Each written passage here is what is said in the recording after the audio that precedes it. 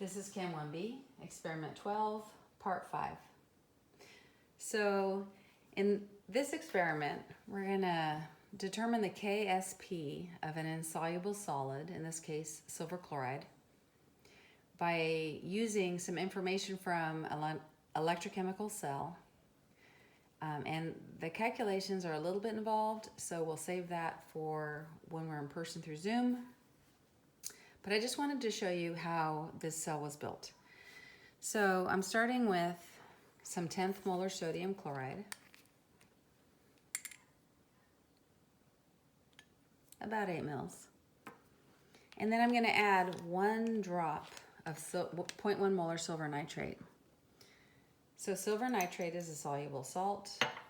It makes silver ions and nitrate ions. And just 1 drop of silver nitrate clearly produces an insoluble solid. I can see the solid there. So to that I add a silver electrode, and between these 2 half cells I put in a salt bridge. Now, based on the table of reduction potentials, we would expect that copper would be the anode and silver would be the cathode. Let me go ahead and hook up my electrodes and see if that's true.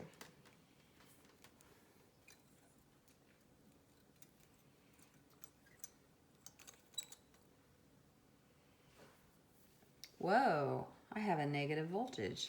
What that means is I've hooked up the electrodes backwards. Let me go ahead and fix that. So it doesn't, on the surface, seem to make sense. Whoop! Get back in there.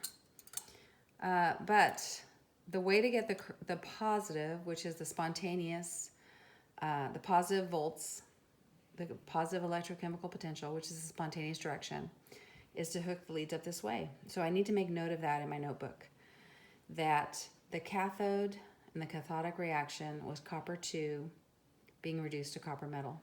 And the anodic reaction has something to do on the silver side. So I'm going to write down that value and I can work through some numbers. And we'll do that Wednesday in lab.